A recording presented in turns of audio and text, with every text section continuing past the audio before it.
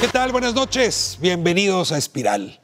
A partir de hoy, y para los 4 próximos programas de Espiral, sobre todo para beneficio de nuestro auditorio, vamos a convertir esta mesa de debate en una discusión sobre las plataformas electorales, las ideas, los contratos que han sometido a la candidata y los candidatos en esta contienda. Las plataformas es el invitado menospreciado de la discusión. Aquí necesitamos subirlas porque lo que se han comprometido en sus plataformas a promover los distintos candidatos y la candidata se vuelve clave, exigible, rendición de cuentas necesaria para después de la elección. Hoy nuestro primer tema es seguridad y justicia, un asunto que nos mueve, nos conmueve a la gran mayoría de mexicanas y mexicanos. Esa es la política que tiene mayores fallas, sobre todo si uno atiende a la espiral de violencia que se ha venido acumulando y a la necesidad de que el próximo gobierno entre a gestionar esa espiral y nos devuelva paz, tranquilidad, seguridad. ¿Cuáles son las propuestas que hacen la candidata y los candidatos? ¿En qué coinciden? ¿En qué se distancian? Y sobre todo, ¿qué tan dispuestos están a convertir la política de seguridad y justicia en una política de Estado, no solo de gobierno, una política de todos y no solo de las partes? Seguridad y justicia, nuestro tema de discusión esta noche. Comenzamos.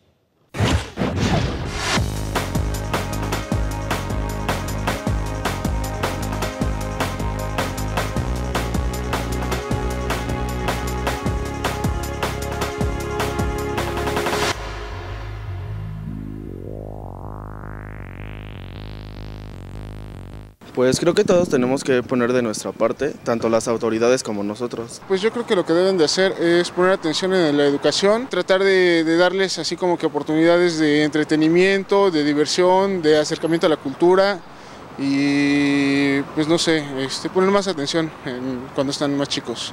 Yo creo que necesitamos más fuentes de empleo, también necesitamos tener más conciencia de nuestros actos, que las autoridades den más educación. Todos somos parte de la delincuencia de cierta forma, porque compramos cosas robadas, compramos cosas piratas. Si hiciéramos conciencia, si educáramos a nuestros hijos de que eso no es correcto, entonces aunque te vendieran algo que es robado, no lo comprarías. Yo pienso que también la policía o las mismas autoridades están involucradas en cuanto a la delincuencia, entonces mientras no se haga algo va a seguir habiendo la ola de violencia.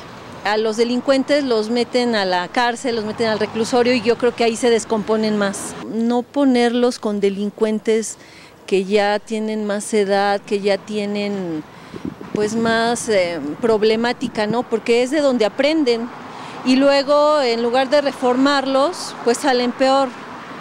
Yo creo que es lo que deberían de hacer, es acciones integrales que deberían de hacer. Yo creo que hacer un uso muy efectivo de los recursos de la autoridad, ¿no? Realmente el ponerlos donde deben de estar, pero también el capacitar a la gente para que pueda realmente desempeñar este rol de autoridad y de seguridad, ¿no? Es lo menos que esperamos de ellos, que sea gente que está preparada para desempeñar este rol y hacernos sentir seguros como ciudadanos. Abrimos nuestro debate sobre las plataformas electorales con los representantes de los candidatos, de la candidata. Me da mucho gusto tenerles aquí. Y bueno, como es tradición en Espiral, les pido que se presenten. Don Felipe González, comenzamos con usted. Muchas gracias. Felipe González González, vengo representando a la candidata Josefina Vázquez Mota en este trabajo. Le agradezco mucho que nos acompañe. Don César Camacho. Gracias, Ricardo. Soy César Camacho Quirós. Represento a Enrique Peña Nieto, soy abogado y participé en la elaboración de la plataforma electoral y también en recientes reformas a la Constitución y a las leyes en materia de seguridad y justicia en la Cámara de Diputados. Me da gusto tenerle aquí. Maestro Batis, bienvenido. Soy Bernardo Batis Vázquez, para servirles. Represento al candidato Andrés Manuel López Obrador y he sido crítico de estas reformas a que hizo referencia el abogado Camacho. Esperemos hoy poderlas discutir. Gustavo Carvajal, me da mucho gusto tenerle aquí. Gustavo Carvajal, abogado, académico del ITAM y represento a Gabriel Cuadri en esta mesa. Colaboré en la elaboración de la plataforma y las propuestas que hace Gabriel y estoy vinculado al tema desde mediados de los 90 en que hicimos para el procurador Lozano Gracia la Ley Federal contra la Delincuencia Organizada. Bien, pues abrimos con el primero de los temas. Les voy a pedir una cosa casi imposible. Un diagnóstico en 2 minutos cada uno que trate de responder a la pregunta ¿cuál es el origen de esta espiral de violencia que estamos viviendo? Y a partir de ese diagnóstico, ¿qué políticas vamos a discutir a partir de este momento en el programa? César Camacho, comenzamos con usted. Hay una profunda desconfianza en las instituciones de seguridad pública y procuración de justicia al punto de que 2 de cada 10 delitos se denuncian y 2 de cada 100 logran una sentencia condenatoria, lo cual hace que la gente tenga la impresión de que el que la hace no la paga. Adicionalmente, el sistema de justicia tiene prácticamente 100 años en vigor, no podríamos estar peor. Le va mal al imputado, es decir, a quien le atribuyen la comisión del delito, le va mal a la víctima y se vive una sensación terrible de inseguridad donde la gente ya no se siente a gusto al salir a la calle. Esa especie de pacto original donde la gente dejó parte de su libertad en manos del Estado a cambio de seguridad, hoy está roto. La seguridad, mejor dicho, la libertad sigue siendo restringida, pero la seguridad del ciudadano no la ve por ningún lado. Por eso, a problemas de fondo, soluciones de fondo. Muy bien, maestro Batis, seguimos con usted. Diagnóstico. La causa de la inseguridad y del miedo, del temor, de la violencia, es que durante muchos años nos hemos ocupado solo de atacar los efectos, el delincuente que ya cometió el delito, y hemos olvidado ir a las causas. El delito tiene un caldo de cultivo, una escena, un lugar, un escaparate de donde se genera. Hay que atacar esas causas de fondo, no solamente los efectos. Yo creo que por ahí sería un camino. El diagnóstico podría hacerse dando 2 cifras muy sencillas: 60,000 muertos en 6 años y 60 millones de pobres. Si relacionamos las 2 cifras, vamos a encontrar que la causa principal de la inseguridad radica en la desigualdad social, en la pobreza, en la marginación. Gustavo Carvajal, diagnóstico de ustedes. Pues mira, yo creo que con base un poco en lo que ya dijo, en lo que dijo César, en lo que dijo Bernardo, en los datos que dieron, yo añadiría que hay una desconexión preocupante, una relación rota entre la policía y la sociedad.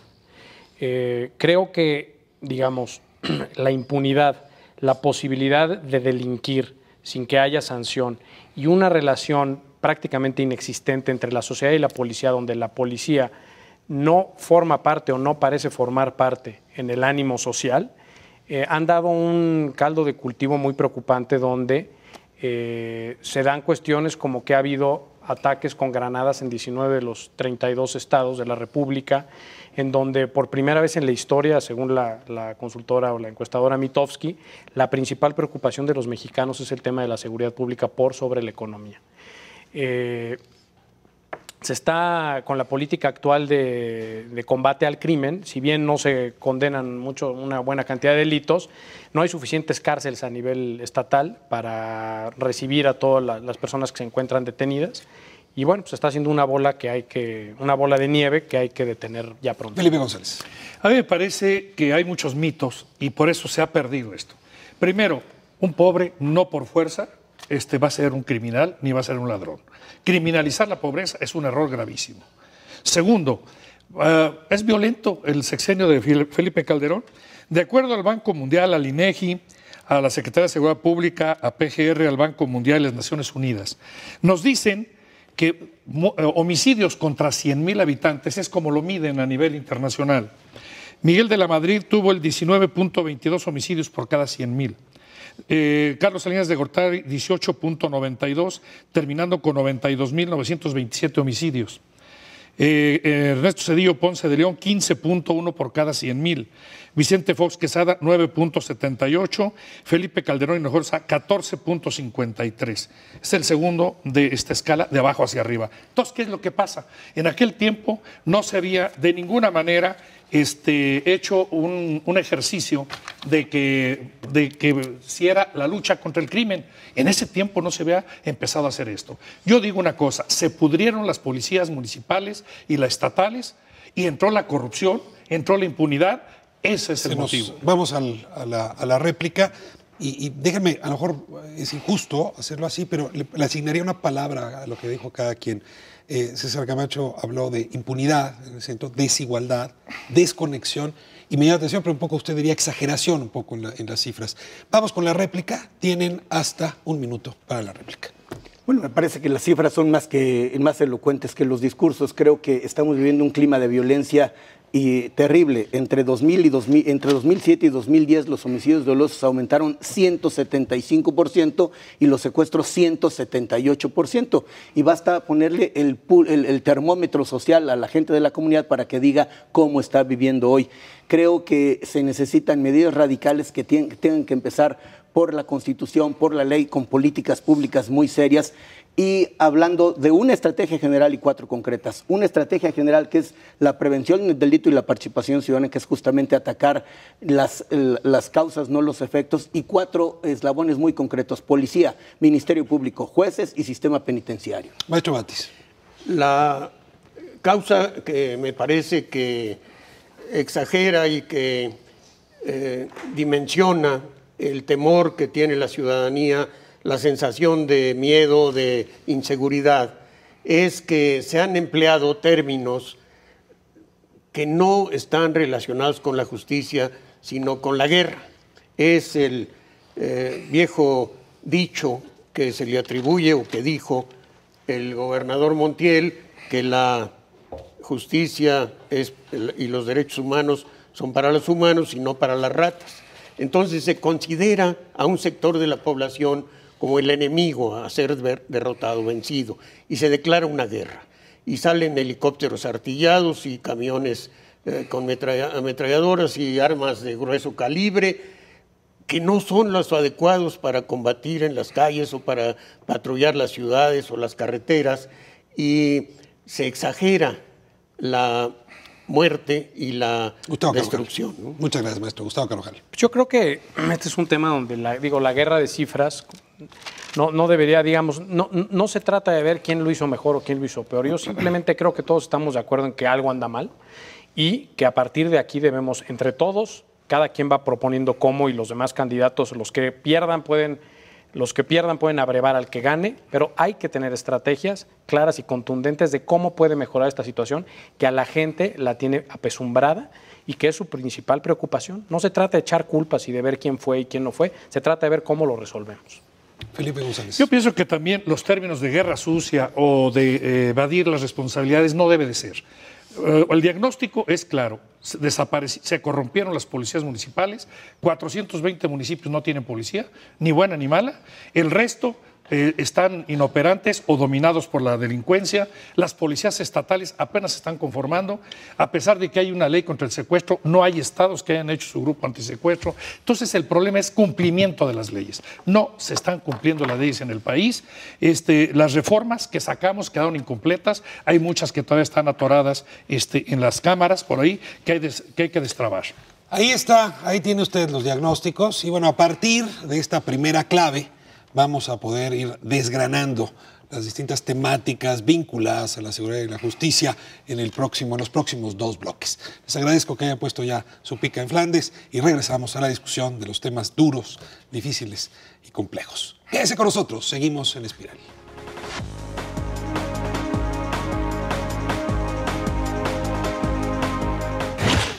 Hay una desconexión preocupante, una relación rota entre la policía y la sociedad. 2 de cada 10 delitos se denuncian y 2 de cada 100 logran una sentencia condenatoria. Hace que la gente tenga la impresión de que el que la hace no la paga. Yo digo una cosa, se pudrieron las policías municipales y las estatales y entró la corrupción, entró la impunidad. Hemos olvidado ir a las causas, hay que atacar esas causas de fondo, no solamente los efectos.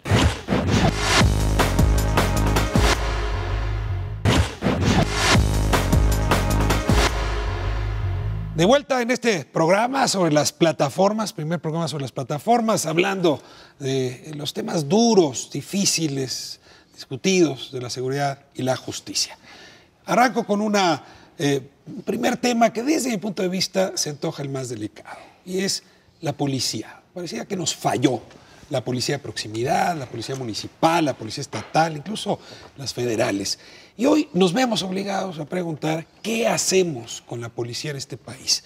Cada quien hará el énfasis que así desee. Arrancamos con un primer minuto y luego regresamos a la réplica y arranca el maestro Batis. ¿Qué hacemos con la policía? Podemos hacer lo que se hizo en la Ciudad de México, darles confianza, revalorar su trabajo, reconocer que están en la primer trinchera, la más riesgosa de la persecución de los delitos y que deben ser reconocidos y capacitados también, y eso ha dado excelente resultado. Yo creo que no podemos empezar de la desconfianza y de la descalificación, sino a la inversa. Muy bien, Gustavo Carvajal. Yo empezaría por decir que hay que desaparecer las policías municipales, hay que tener policías estatales con mando único, y hay que restablecer la relación entre la sociedad y la policía. Hay que tener formadores de policías como los tienen en Chile y en Colombia. Debe ser inclusive una carrera con una posibilidad de un título universitario.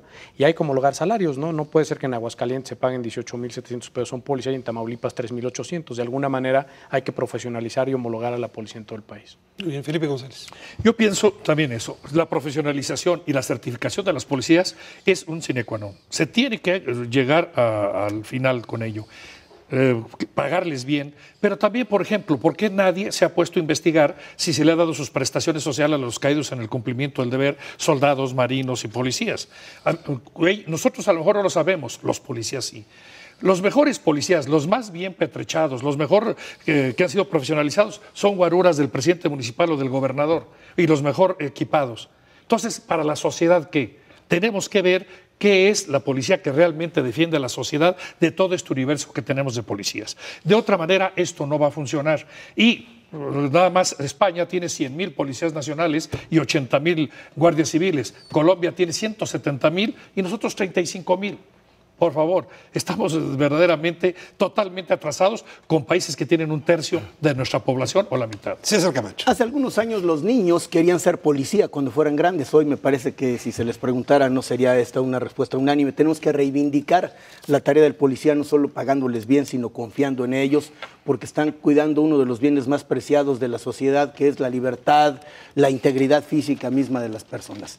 Por supuesto, mando único en los estados, profesionalización en academias regionales, prestaciones de seguridad social importantes y dos cosas muy concretas: elevar el número de 36,000 a 50,000 de la Policía Federal, que es un reservorio que se ha generado en estos años y que vale la pena recuperar las cosas que se han hecho bien, pero también echar a andar la Gendarmería Nacional, como lo ha propuesto Enrique Peña Nieto, que bajo el mando de un civil, pero con una disciplina abrevada con los militares, una disciplina y una formación, una expresión patriótica, pueda paulatinamente ir sustituyendo al ejército que hoy ha asumido las funciones de la policía. Pero fuera muy rápido en esta primera ronda, es que tenemos un poquitito más de tiempo para la réplica. Les voy a dar un minuto a cada quien, pero sí necesito colocar la pregunta. A ver, yo creo que todos estamos de acuerdo que hay que darle dignidad y reputación al policía. La pregunta es, ¿cómo? Y lo segundo, y perdón que plantee la incomodidad, pero no es lo mismo Ecatepec de Morelos que Xochitepec Morelos. Entonces, esto de desaparecer la policía municipal en todos lados, en esta misma mesa varios especialistas lo han planteado como un problema. Se gustaría que uno o los dos temas los pudieran abordar en la réplica o ninguno, si así les parece. Don Bernardo, comenzamos con usted. Primero que tenemos que revisar nuestras propias tradiciones y no estar constantemente buscando referentes afuera. Tenemos una tradición nuestra que ha tenido tropiezos, que le ha ido muy mal últimamente, pero que no siempre ha sido así.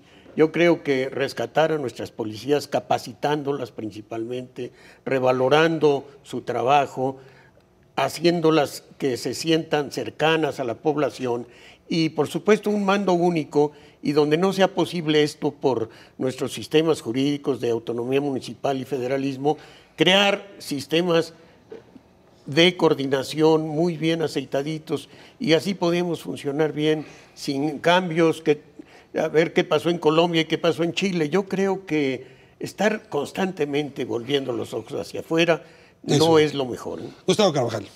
Mira, yo creo que el tema de la desaparición de las policías municipales es correcto, y simplemente lo que sucede es que en las grandes metrópolis, en las zonas urbanas de Guadalajara, de Monterrey, donde hay policías, digamos, que son profesionales, simplemente las absorbes y se vuelven parte de la policía estatal única. O sea, no es que esas no las tienes que desaparecer, ¿no?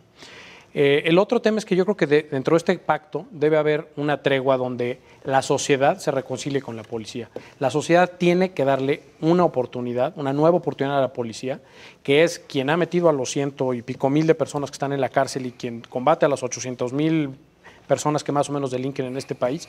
Y si la policía tiene que ganarse el respeto de la sociedad tiene que ya darle una oportunidad a la policía para volver a empezar de nuevo esta relación. Felipe González. Yo pienso que la propuesta que hace la candidata Josefina Vázquez es de tener 150,000 policías nacionales, dejarle a una policía municipal nada más la fuerza para que se cumpla el bando municipal. Sería estarían haciendo un papel nada más de cumplimiento en las cuestiones municipales. El resto sí tendría que estar bajo un mando único, que ya está una propuesta muy avanzada ahí en el Congreso, pero sobre todo una sola estrategia, un solo plan de estudios, un solo nivel de salarios y una policía rotativa que no cause intereses y que los puedan corromper los delincuentes. Entonces, esto es el tener una verdadera policía nacional que estará en todos los lugares, pero haciendo el papel subsidiario para con los estados, pero los estados ya con una policía verdaderamente profesionalizada y que salga adelante y con castigos ejemplares. César Camacho. Creo que no debe haber policías municipales, estatales y federales de distintas categorías e importancia, porque no hay ciudadanos municipales, estatales o federales. Son sencillamente gente que quiere sentirse cómoda con su policía. A la policía hay que profesionalizarla, hay que capacitarla, por supuesto, con un plan de estudios similar y condiciones de trabajo también similares. Pero lo más importante en ese depósito de confianza es generar esa reivindicación del papel original de un policía que está salvaguardando a la sociedad porque forma parte de ella, porque su familia está integrada con la propia sociedad. De suerte que disminuirán sensiblemente los delitos en el momento en que la gente está cuidando a los suyos, no en el sentido más lato y figurado, sino literal, está cuidando a la gente que convive con su propia familia. Creo que esta es la piedra angular de la construcción de un nuevo edificio en materia de seguridad y justicia, porque el primero de los eslabones es el policía. Y hablo del policía municipal ahora, o del estatal o federal, como puedo hablar de la policía ministerial, que debe ser cada día más una policía de investigación, una policía científica. El Ministerio Público es otro de los grandes temas. Si hablamos de un cargo también con poca reputación, según todas las encuestas, es justamente quien ejerce este papel. Se señala el Ministerio Público de ser un brazo político más que un brazo de la justicia. ¿Qué hacer con el Ministerio Público? Y otra vez, a nivel local, a nivel federal, es decisión de ustedes dónde ponen el ángulo. Gustavo Carvajal, hasta por un minuto. Mira, nosotros proponemos que tenga autonomía de gestión y profesionalizarlo. Pero más allá de eso, para que el Ministerio Público y la Policía de Investigación logren sus cometidos, hay que hacer una inversión correcta, porque ya se está haciendo, en todo delito es cometido por una persona y en todo delito interviene un bien. En la mitad de los delitos interviene un vehículo y en muchos de ellos interviene un arma de fuego.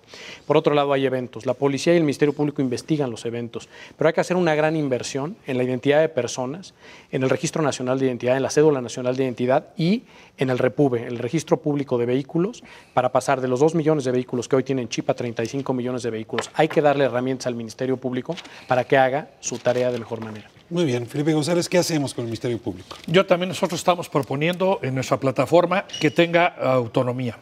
Es el representante de la sociedad, pero también con una policía ministerial investigadora que tenga un nivel de científica, una policía que verdaderamente esté apoyada en conocimientos que rápidamente le den resultados para que no se hagan eternas las investigaciones. Por otro lado, también que el Ministerio Público tenga acceso a todas las bases de datos por ley a las que tenga que accesar para poder integrar una averiguación.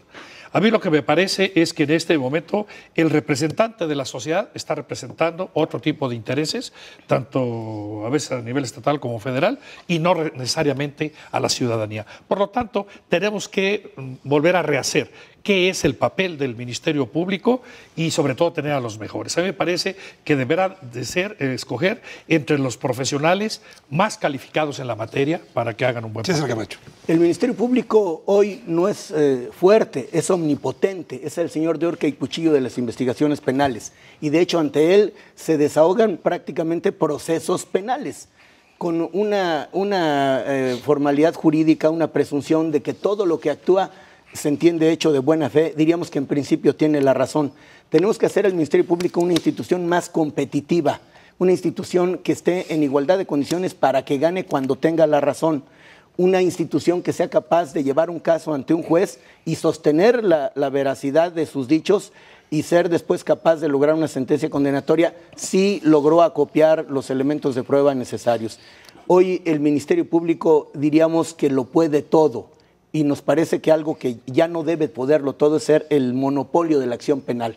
Hoy, si no es a través del Ministerio Público, no se puede llevar un caso ante un juez. La reforma penal de hace 4 años permite la acción penal privada para que el Ministerio Público sepa que no está solo. Maestro Batis. La acción penal a cargo del Ministerio Público y también de particulares es una reforma que ya está vigente y sobre la cual lo único que hay que hacer pues es cumplir con ella y ver hasta dónde puede llegar. Yo creo que el fondo de este problema es si escogemos una solución autoritaria, si apostamos al autoritarismo que confía más que nada en el control punitivo o si buscamos una solución democrática. Y ahí vamos a encontrar caminos en el que el derecho penal sea la última razón, el último recurso y que vayamos, voy a reiterar lo que dije al inicio, a las causas de fondo que son económicas, sociales, educativas, para poder disminuir los índices delictivos. Gustavo Carvajal, llevamos muchos años escuchando que la autonomía del Ministerio Público es necesaria. Y les pregunto a todos, y sin embargo, ningún gobernador y tampoco ningún presidente se ha animado, pues porque es un brazo político. En la réplica tienen hasta 30 segundos, sí les pediría, si pueden abordar, cómo generar condiciones políticas para que gobernadores y presidentes se corten la mano que les permite manipular muchas veces la justicia. Bueno, precisamente los congresos locales y el Congreso Federal ese es su papel, ¿no? Ver la realidad y hacer una modificación legislativa. Como tú bien señalas, las partes en una investigación normalmente por arriba del Ministerio Público buscan la intervención de alguien que le diga que te ayude y que de alguna manera influencie la investigación hacia algún lado. Hay que confiar como en la estructura constitucional y en las reformas legislativas que lo pueden lograr. Felipe González. Yo creo que en principio tendríamos que llegar a definir el perfil. Porque un gobernador o el mismo gobierno federal no tienen más que una visión de este tipo de ministerios públicos. Tenemos que comenzar a decir cómo va a ser verdaderamente un representante de la sociedad, cómo es verdaderamente, a qué nivel de preparación deberá llegar y todos sus colaboradores. Esa policía ministerial tampoco funciona la que está ahorita. Entonces sí, la tenemos que profesionalizar. César Camacho. El Ministerio Público no debe ser autónomo desde este punto de vista, sí en sus decisiones jurídicas, técnicas, legales, pero el gobernador, el presidente de la República, tiene que cargar con la responsabilidad de lo que hace el Ministerio Público. Y por supuesto que debe haber un derecho penal de última razón, como se le dice, pero aquí no hay que hacer las cosas como en el Distrito Federal, donde incluso robarse un paquete de galletas y si se le quita el celofán es robo con violencia y la gente no alcanza fianza.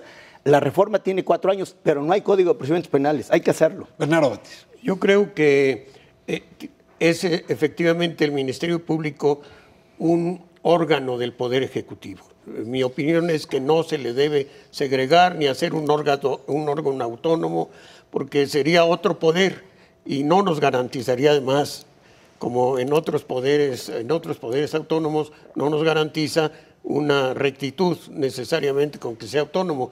Debe ser parte del equipo del titular del Ejecutivo.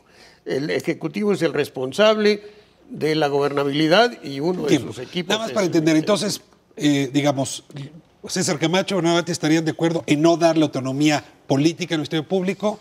Autonomía de gestión. Tampoco entonces autonomía política, digamos, no ser un fiscal independiente. Pues no completa, no puede ser independiente. No, de gestión. Yo también, nadie está de acuerdo que sea un poder extra, que sea un órgano autónomo como el IFE o algo así. Hay consenso en que se vuelva, pero sí con autonomía. Que no se le entregue la autonomía política. La autonomía de ese tipo la tiene. Digamos. La tiene, pero no La la tiene y no la ejerce. Vamos a la última pregunta. Este es tiempo libre y ustedes hacen como quieran, no me voy a meter yo. Es la pregunta más complicada, es ¿qué hacemos con el ejército? Lo metimos, porque eso hizo el país, para que sustituyera en labores de seguridad pública a la policía que no estaba rindiendo. Ahora, lo tenemos en las calles, algunos han dicho que la presencia del ejército ha incrementado los niveles de violencia. Todos los candidatos se han pronunciado por retirarlo, pero parecía un compromiso de estos vagos. Yo quisiera preguntarles, y les dejo la libertad, ¿qué hacemos con el ejército? El que quiera poner. Bueno, yo en principio quiero decirles, no se va a poder retirar el ejército mientras no tengamos una policía confiable, profesionalizada, y en que la sociedad ya vea que efectivamente el que esté cometiendo delitos va a ir a la cárcel. Mientras tanto, el Ejército y la Marina están haciendo un papel que los está desgastando inclusive en cuanto a su imagen.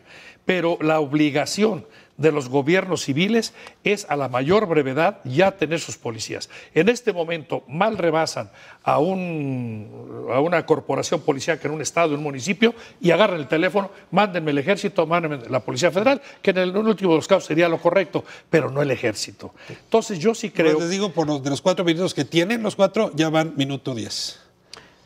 Yo complementaría. Es una circunstancia extraordinaria y el ejército participa en estas tareas de manera extraordinaria. Entonces, eventualmente debe retirarse de la función. No podrá ser el 1 de diciembre gane quien gane. Tendrá que ser gradual en la medida que tengamos a estas policías profesionales y que le permitan al ejército regresar. Pero póngale fecha, porque si no, pues en fin, nos quedamos con el gradual y quién sabe qué quiere decir eso. En 2 años o 3 lo puedes lograr. Depende de los policías, de cómo se rehagan. Va a depender mucho de las circunstancias que vivamos en los próximos meses y años.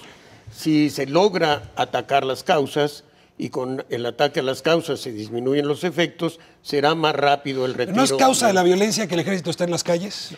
Es causa del temor de la gente y de algunos excesos del ejército ha sido causa de más violencia. Los retenes, el disparo indiscriminado cuando no se detiene un vehículo. El ejército es una de las pocas ya instituciones que gozan de alta respetabilidad entre la sociedad, por eso lo tenemos que cuidar. ¿No la lastimamos? Yo creo que lo hemos lastimado en una muy buena medida y por eso, aunque los militares suelen ser muy herméticos, advierto cierta desazón en las filas de los oficiales.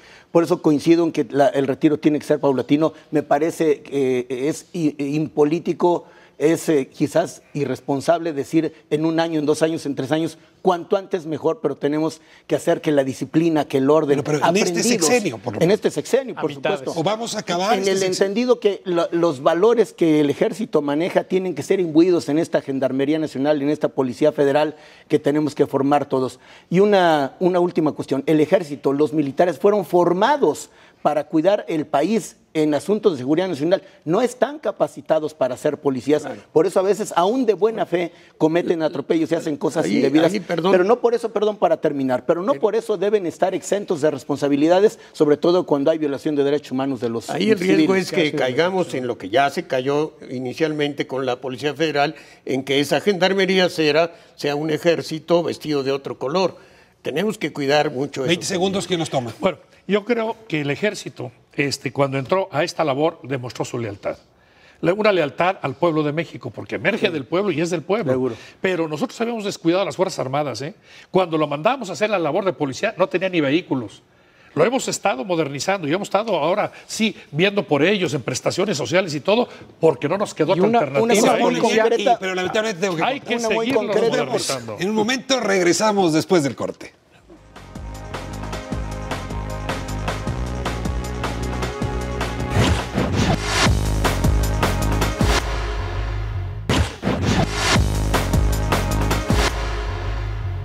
Se nos pone buena la discusión y qué ganas de tener más tiempo, pero el tirano que mide los relojes de la televisión es implacable.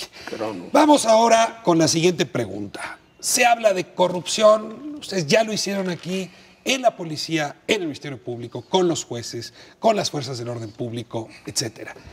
¿Qué hacemos con la corrupción en el sistema de seguridad y justicia? Las propuestas que traen las plataformas, sus candidatos. César Camacho, comenzamos con usted. Enrique Peña ha propuesto crear la Comisión Nacional Anticorrupción con un altísimo contenido ciudadano. Es decir, aquí quien mejor puede meter al orden a los servidores públicos, policías, ministerios públicos, jueces o la gente de los sistemas penitenciarios son los ciudadanos. Adicionalmente, el mejor remedio contra la corrupción es la transparencia. De suerte que juicios, y ahora porque no hemos tocado esa parte, juicios orales, juicios donde hay el principio de inmediación, que es el juez viendo lo que está ocurriendo, el juez apreciando la reacción de los policías, los peritos, los testigos o los participantes, creo que tendrá mucha mayor posibilidad de erradicar la corrupción. Cuando hay secretismo, viene la corrupción. Cuando hay largueza, cuando hay laxitud en el desahogo de cosas, es incubación para la corrupción. El sistema penitenciario, para que la resolución sobre el estado de situación de los reos no esté a cargo de los alcaides ni del Ejecutivo, sino también de un juez de ejecución de sentencia. Los delitos de cuello blanco, los delitos de los poderosos, hemos visto ejemplos muy recientes de personas encumbradas política o económicamente que rápidamente resuelven sus problemas. Hay que atacar eso. Y creo yo que no basta aumentar las burocracias, no ese es el camino. Hay que ver cómo defendemos también los patrimonios colectivos, los fondos de los sindicatos, de las cooperativas, de vecinos, que frecuentemente son defraudados y hay manera de defenderse. Algunos abogados me decían, siendo yo procurador, que había corrupción en el Ministerio Público. Sí, les decía, pero por cada agente del Ministerio Público corrupto hay cuando menos 2 litigantes que quieren corromperlo afuera, ¿no? También está afuera la corrupción, no solo en los sistemas de justicia. Gustavo Carvajal. A las personas les preocupa su seguridad, entonces hay que, de alguna manera, evitar que haya escuelas del crimen. Las escuelas del crimen son los centros penitenciarios actuales. Son, digamos, caldo de la corrupción, es donde los criminales conocen a otros criminales y aprenden a ser mejores criminales. No hay sobrepoblación en los centros federales, pero sí las hay en una buena parte de los centros estatales, en al menos 19 estados. Entonces, lo que hay que hacer es tomar un riesgo, pasar a un sistema de prisiones privadas, que se hace ya en otros países, valga la comparación que aquí decía el maestro Batis, y que exista la rehabilitación. La rehabilitación, como lo marca la Constitución, de los presos, y que no salgan siendo mejores delincuentes. Ahí hay un tema que hay que atacar. Muy bien, Felipe González, bueno, adelante. En nuestra plataforma lo que estamos proponiendo es, en primer lugar, que se cumplan las leyes. Se tiene que hacer una revisión el por qué no se están cumpliendo. Y el Sistema Nacional de Seguridad Pública apenas va al 20%, la depuración y la profesionalización de policías. ¿Qué está pasando? ¿Dónde está la traba? Se tiene que saber. Luego, la creación del Instituto Mexicano para el Fomento de la Cultura y de la Legalidad. Porque si no empezamos desde la formación y empezamos a saber que tenemos una formación de que hay que ser legales, hasta en lo más pequeño muchas de las veces, esto no va a caminar. Por otro lado, también tenemos que tener una solución alternativa de conflictos, de que no llenemos las cárceles de personas por delitos menores. Si eso puede ser a través de un arbitraje o a través de una pena que la puedan cumplir en libertad, hacerlo, pero no tenerlos, como decían, entre los criminales, porque vamos a estarlos reciclando. Luego, por otro lado, también no estamos pensando en los delitos cibernéticos. Nosotros en nuestra plataforma se los decimos. Vamos con la réplica o complementar lo que han estado planteando con respecto a la corrupción en este sistema de seguridad y justicia. En un régimen democrático, la ley es el instrumento por excelencia para que las cosas caminen bien.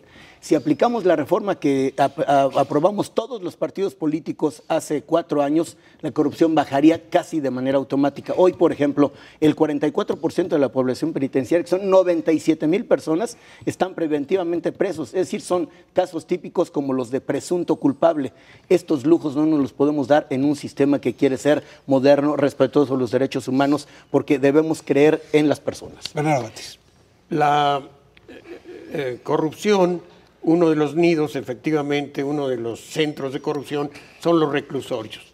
Ahí se debe de apostar a lo que dispone la Constitución. El reo debe ser rehabilitado. Tenemos que buscar eso. Una de las formas, y un tema pendiente que es el de la discusión sobre la permisividad de las drogas, maestro, se propone para el reclusorio y vamos a empezar por ese lugar. Gustavo Carvajal.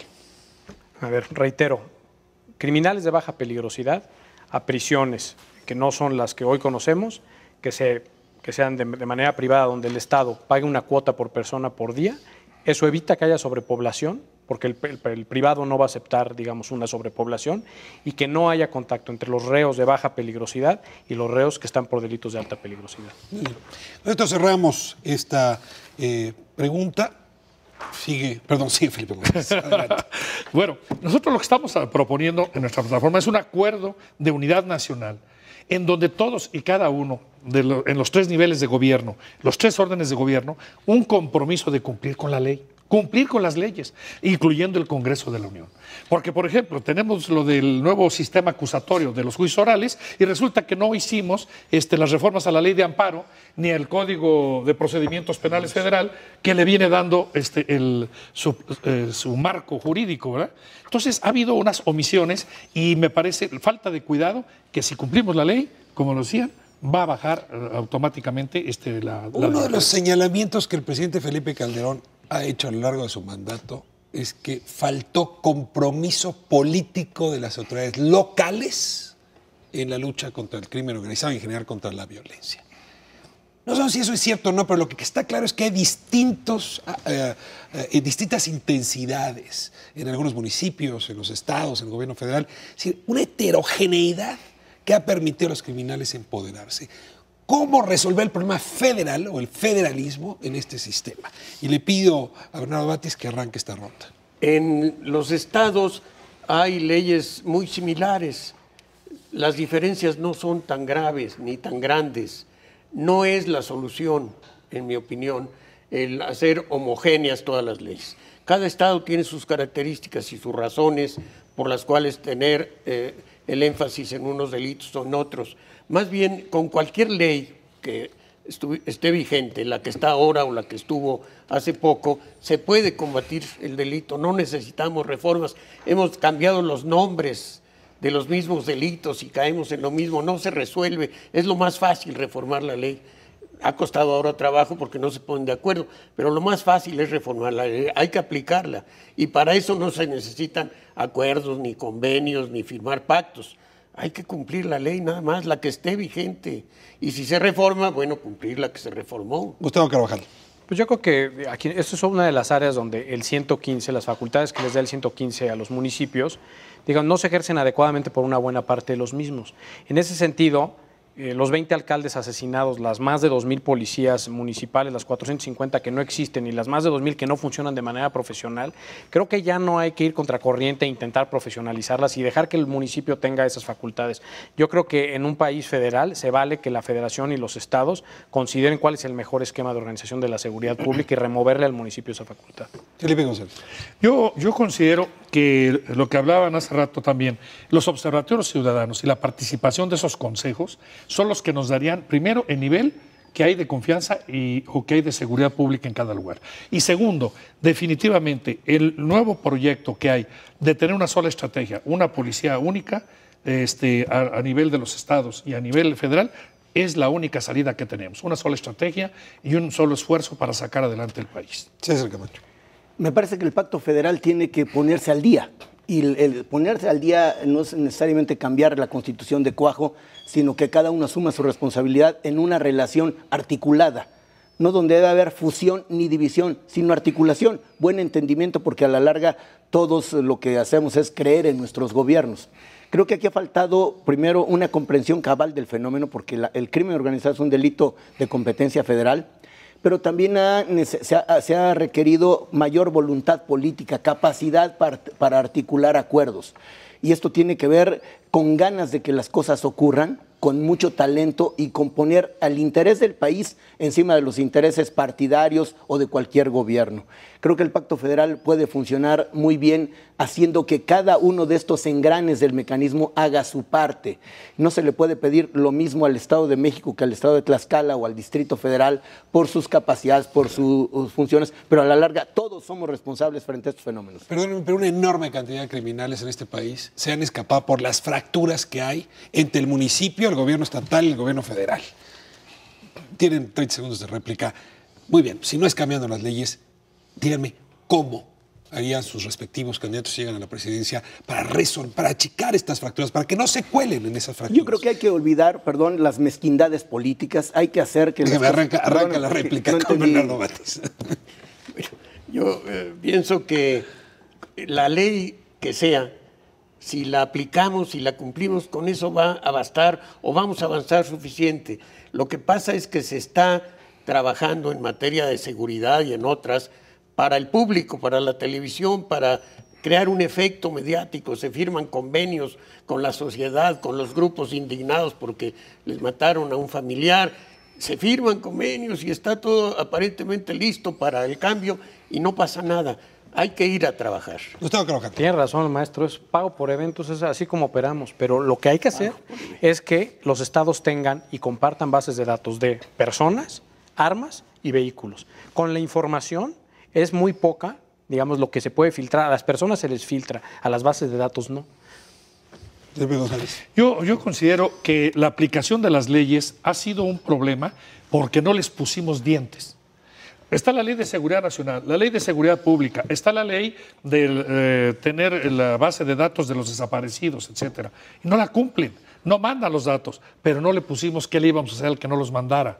No le pusimos a las autoridades que no cumplan con la aplicación de la ley a qué cárcel los íbamos a meter. Ese fue el problema.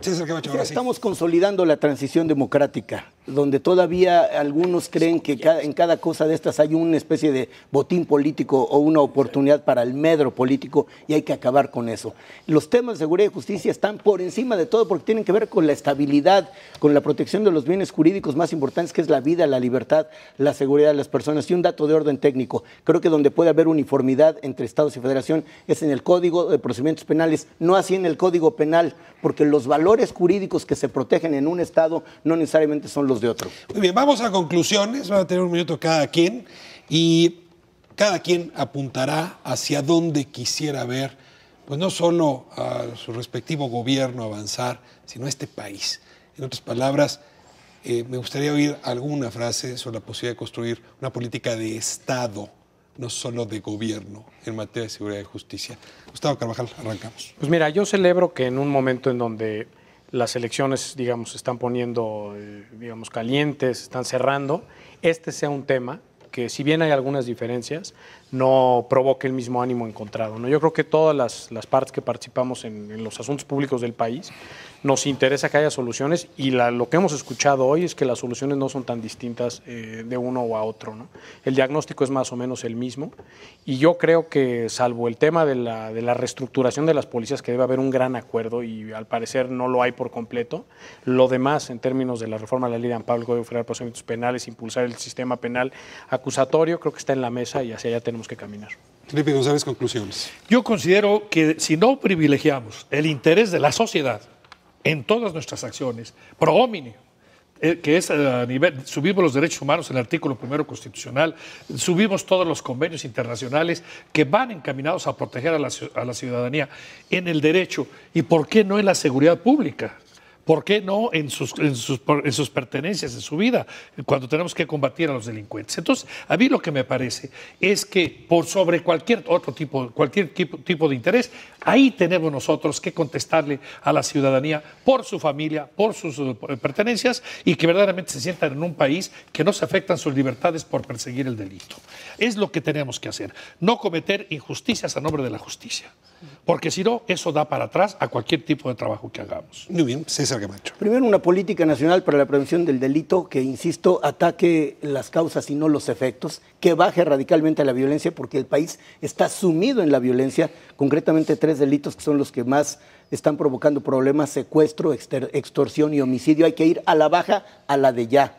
Y cuidar que estos 4 eslabones del sistema de seguridad y justicia sean todos por igual tratados, porque si no, si alguno no se fortalece, se nos va a seguir rompiendo la cadena. Policía, Ministerio Público, jueces y sistema penitenciario. Y para esto se requiere capacidad y voluntad política. Enrique Peña, a lo largo de 6 años como gobernador de la entidad más compleja del país, con 15 millones de habitantes, logró establecer en todo el estado el sistema acusatorio, adversarial, oral, que, para decirlo en términos llanos, no criminaliza la pobreza, evita que la gente esté en la cárcel cuando no debe estar, arregla los conflictos de manera amigable y es eficaz. Bernardo Batis. Primero, qué bueno que la idea de que hay que ir a las causas ya se compartió y me da mucho gusto. Y voy a insistir en eso. Hay dos formas de combatir esto: apostando al autoritarismo, a la fuerza, a la mano dura, que es penas más altas, cárcel, soldados, policías, juicios copiados de otro lado, o apostar a la atención de las causas. ¿Por qué un muchacho, por qué los muchachos? No digo que un pobre automáticamente sea un delincuente, pero es el caldo de cultivo. Un muchacho que no tiene posibilidades de escuela, de trabajo, que pasa de la adolescencia a la juventud y se encuentra con que la sociedad no le da nada y le exige mucho, pues va a encontrar un camino por el lado de la delincuencia. Hay que atacar esas causas, darles a los muchachos respuestas. Y con eso vamos a ver cómo van a bajar los índices, como bajaron en la Ciudad de México. Como dice López Obrador, hay que serenar al país. Cerramos el programa y no saben cómo les agradezco ver este ejercicio de deliberación democrática con tanta inteligencia, tanta neurona puesta para debatir. Lo que la mayoría coincide es el problema más delicado en nuestro país. Escuchar los consensos en algún lugar tranquiliza, porque en efecto esta política tendría que ser de Estado, no de gobierno, es decir, tendría que ser de todos, no de las partes. Bienvenidos a Espiral y esperemos verles en otra ocasión. Muchas gracias. Gracias por la invitación. Nos vemos próximo miércoles 9:30, 11 TV México. Y de aquí a final de mes vamos con un tema por semana justamente en las plataformas. No se pierdan la semana que entra.